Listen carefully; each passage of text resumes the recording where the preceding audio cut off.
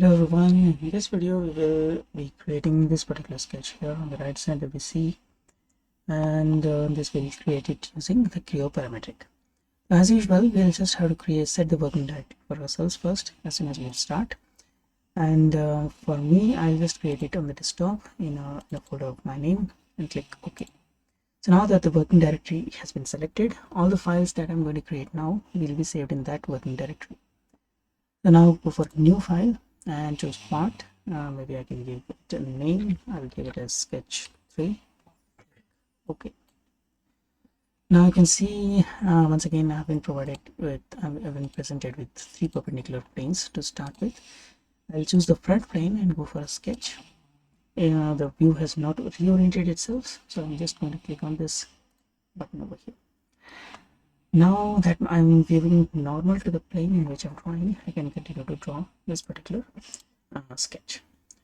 Now you can see that this particular sketch is not symmetric about any axis, so we'll have to take one of the reference points somewhere here. So I'll just take the bottom right corner as the origin point. So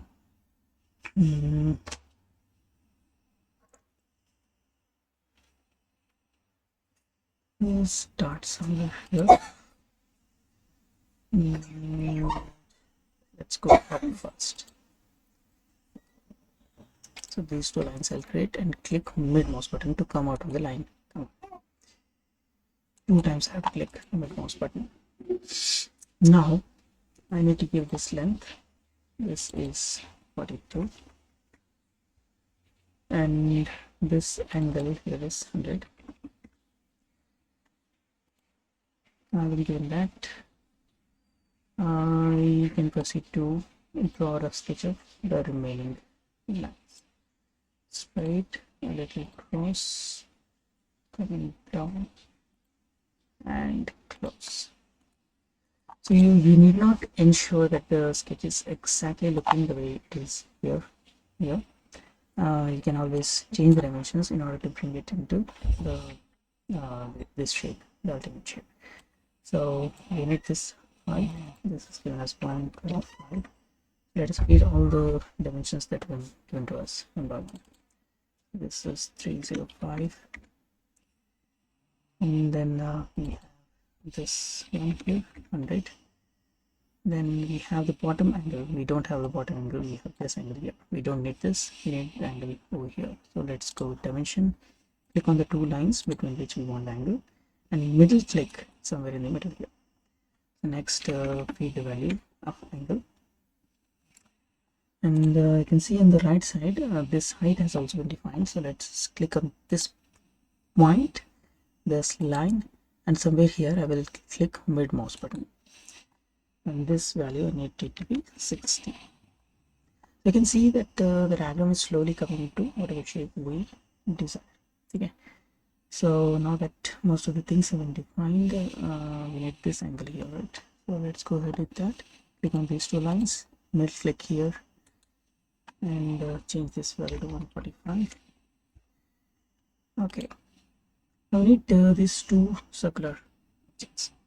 Now while creating the circle, be very careful. You can see that the center of this circle is not exactly on this line.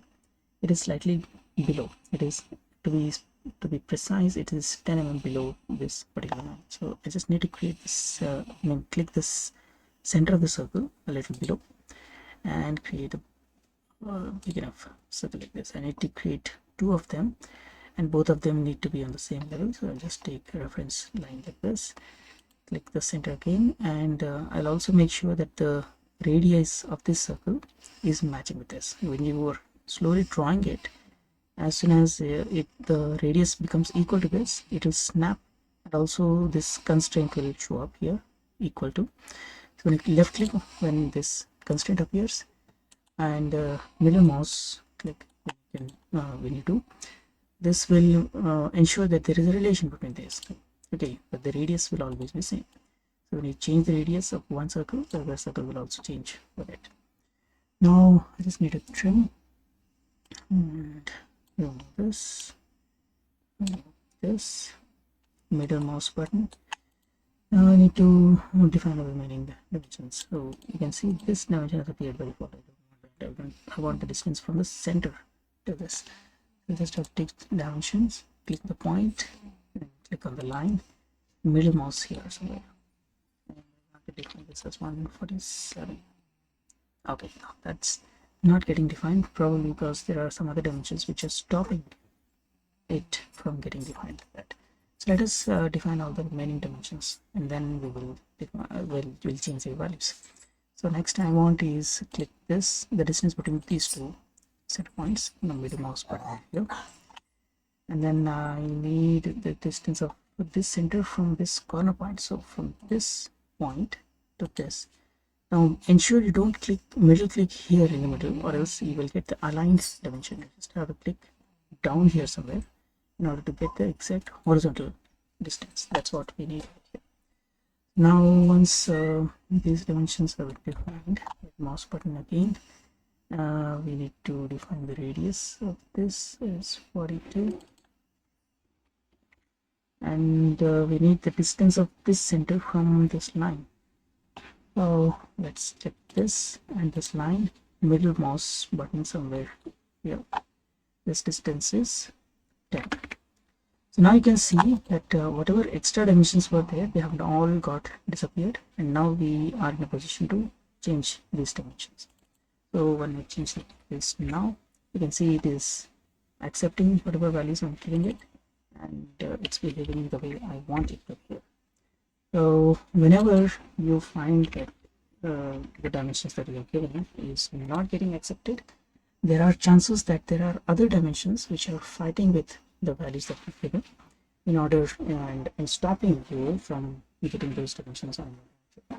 So in such cases, my suggestion is always that you keep creating all the dimensions that are given in the diagram, and once you're done creating all these dimensions, there are high number of chances that whatever values you want to give to these dimensions will get applied correctly. And also there are sometimes some extra constraints that get applied. So here you can see the equal to constraint has got applied. Now suppose, let us say you wanted to have two different radii for these two types.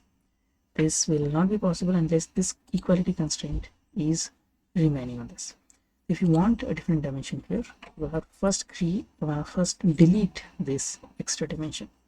Let us say I want a radius of 50 over here. So for that, I just have to select this constraint equal to, delete it, and automatically you can see another dimension has appeared. Even if it doesn't appear if you think in its place some other dimension gets appears, then you always have a chance of creating the dimension here with this. Once created, you can just change this to whatever value I want. And the reverse is also true.